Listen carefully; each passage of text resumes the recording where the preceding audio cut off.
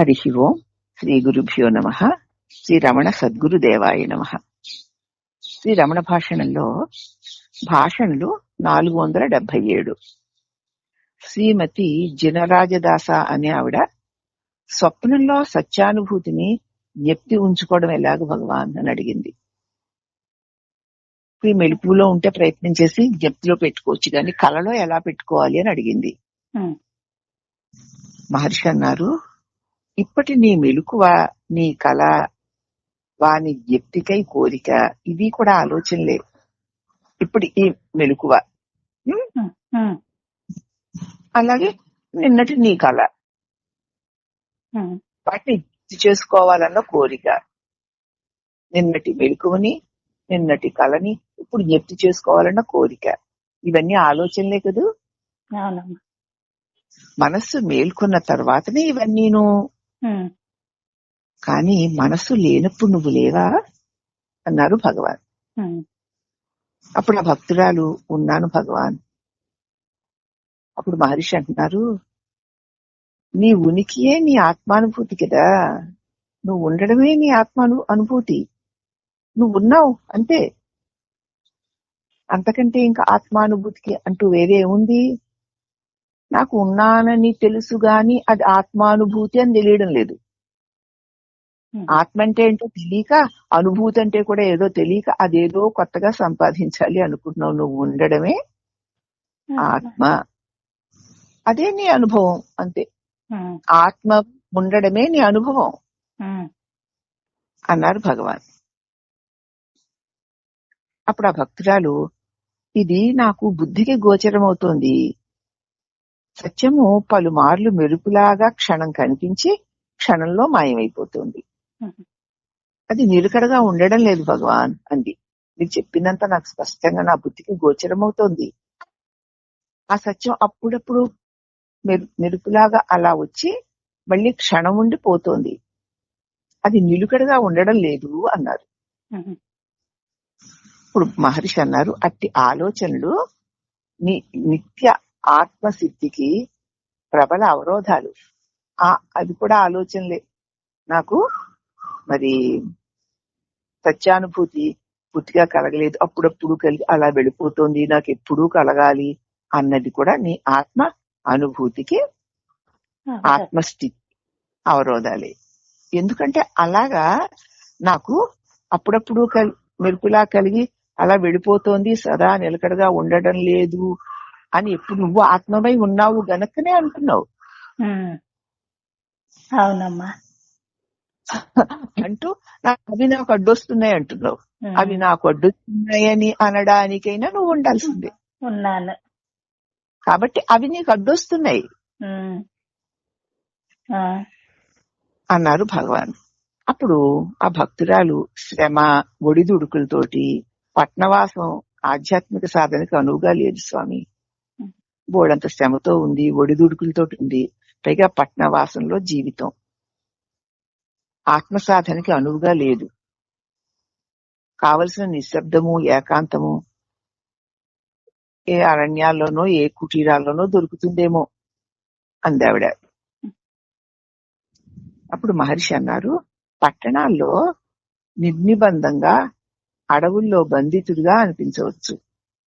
పట్టణాల్లో బంధింపబడిన వాళ్ళలాగా, డబ్బుల్లో బంధితులుగా లేనట్లు అనిపించు. కానీ అదంతా మనసులో ఉందే. పట్టణంలో ఉన్నా, అడవిలో ఉన్నా నీకు ఏకాంతం లేదు అనుకోకు. ముందు నువ్వు ఉన్నావు ఒక్కడవే, దానిలో అన్నీ ఉన్నట్టు కనపడుతున్నాయి అంతే. నువ్వు అడవిలో ఉన్నా అంతే, పట్టణంలో ఉన్నా అంతే.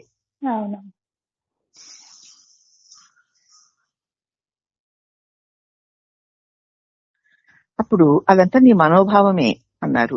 అప్పుడు ఆ భక్తురాలు, మనస్సుని మాయా అంటారు అనుకుంటున్నాను నేను, అలా అనిపింపజేసేది మనస్సే, ఇదేనన్నమాట మాయ అంటే అంది.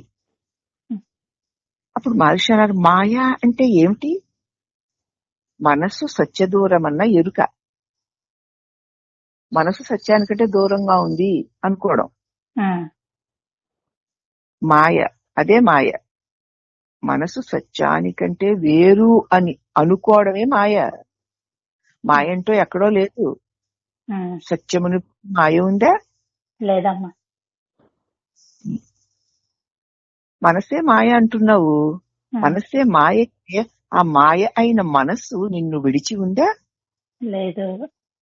నువ్వేగా సత్యానివి. సత్యానికంటే నీకంటే నీ మనసు దూరమా? కాదమ్మా. నీ మనస్సునే మాయ. మనస్సు సత్యంలోనిదే. సత్యాన్ని విడిచి మనసు కూడా లేదు, మాయ కూడా లేదు. ఇది తెలిస్తే నువ్వు మాయను దాటినట్లే. మాయను దాటడం అంటే మనసే మాయ నానా రకాల భావాలు కలిగిస్తూ భ్రమలు కలిగిస్తూ ఉంటుంది. అదే మాయ. ఆ మాయ అనిపించే ఈ మనస్సు నన్ను విడిచి లేదు అని తెలుసుకుంటే మాయను దాటేసినట్లే. సంవాదం కొంతసేపు సాగింది. మెదడన్నా మనసన్నా ఒకటేనా అని ఆవిడ ప్రశ్నించింది. ఆ ప్రశ్నకి భగవాన్ అన్నారు, మనస్సు మెదడుని ప్రభావితం చేసే ఒక శక్తి. మెదడుని ప్రభావితం చేసే శక్తి మనస్సు. మెదడు మనస్సు వల్ల మెదడు ప్రభావితం అవుతుంది. నీవిక్కడ ఇప్పుడు మేల్కొని ఉన్నావు. ఇప్పుడు ఇక్కడ మెలకుగా ఉన్నావు కదూ. ప్రపంచము, పరిసరాల యొక్క ఆలోచనలు అన్నీ నీ దేహంలోని మెదడులో ఉన్నాయి. ఇప్పుడు మెలకుగా ఉన్నావు.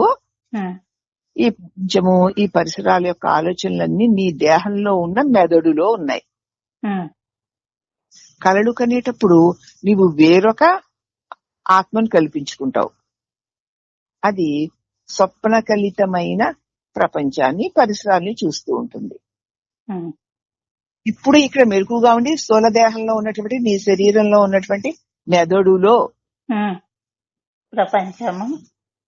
ప్రపంచమంతా మెదడులో, ఈ ఆలోచనలన్నీ నీ దేహంలోని మెదడులో ఉన్నాయి. కలలుగనేటప్పుడు నువ్వు ఇంకొక వేరొక దేహాన్ని కల్పించుకుంటావు. అది స్వప్న కలితమైన ప్రపంచాన్ని, పరిసరాల్ని అక్కడ చూస్తుంది.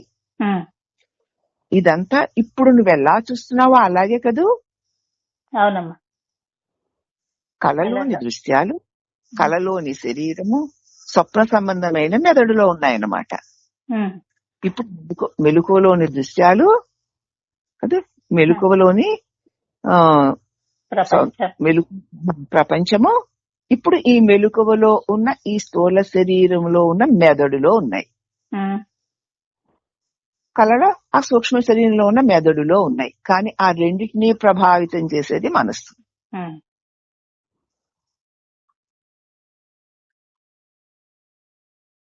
ఈ కళ శరీరం ఇప్పటి శరీరం నుంచి వేరు.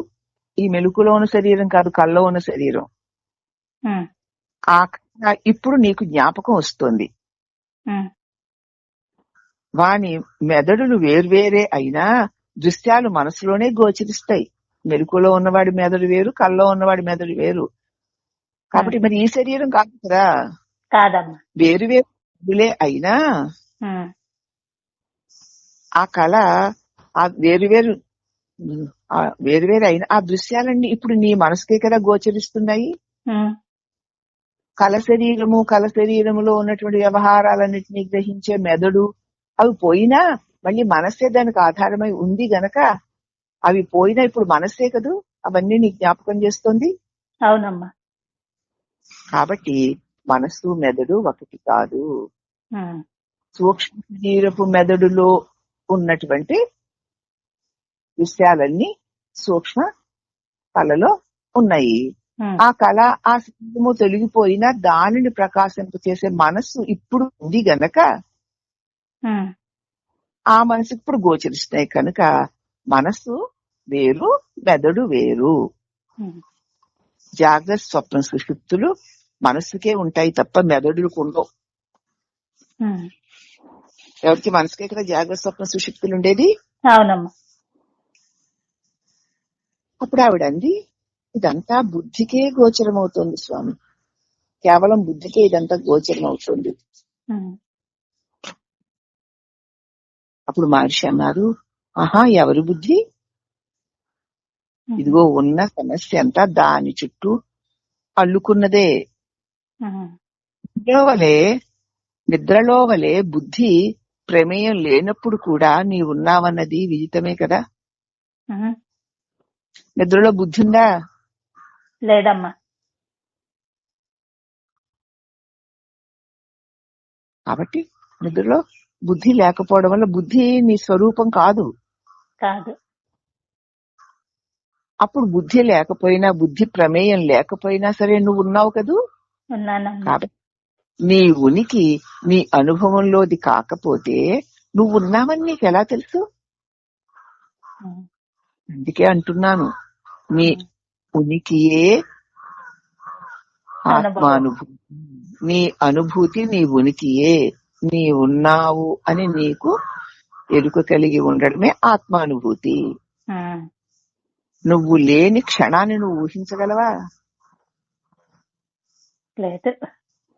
కాబట్టి ఆత్మ అనుభవం లేని క్షణమే లేదు. నువ్వు సదా ఆత్మస్వరూపుడివై ఉన్నావు. ఉన్న తరువాతనే అన్ని ఆ అవస్థలను బట్టి అవి వేరువేరుగా ఉంటాయి, అంతేగాని అప్పుడు కూడా నువ్వుంటేనే, ఎప్పుడైనా నువ్వుంటేనే, ఎక్కడైనా నువ్వుంటేనే ఉన్నట్లు తోచినవి ఉంటాయి తప్ప నువ్వు అవి ఏవి లేకపోయినా సదా ఉనికి కలిగి ఉన్న సద్వస్తువైన పరమాత్మదే అనేటువంటి బోధ ఆ భక్తురాలకి భగవాను భాషణలు 477లో శ్రీమతి జినరాజదాస అనే ఆవిడ అడిగిన ప్రశ్నలకి ఈ సమాధానాలు చెప్తూ, నీ స్వరూపాన్ని నీకు అతి స్పష్టంగా, అది శరీరము కాదు, అది మనసు కాదు, అది మెదడు కాదు, అన్నింటినీ ప్రకాశింపచేస్తూ సదా ఉండనిదేదో అదే నీ స్వరూపము. దానిని ఎవ్వరూ లేదు కాదు అనలేరు, దాన్ని సంపాదించుకోవాల్సిన పని కూడా లేదు. అది ప్రతి ఒక్కరి స్వానుభవమే అని అతి స్పష్టంగా ఖచ్చితంగా వల్లగుద్దినట్లుగా మన స్వరూపాన్ని ప్రతిపాదించి మనకు అందించినటువంటి భగవానుడికి, శ్రీ రమణ సద్గురుదేవులకి అనేక అనేక వందనములు.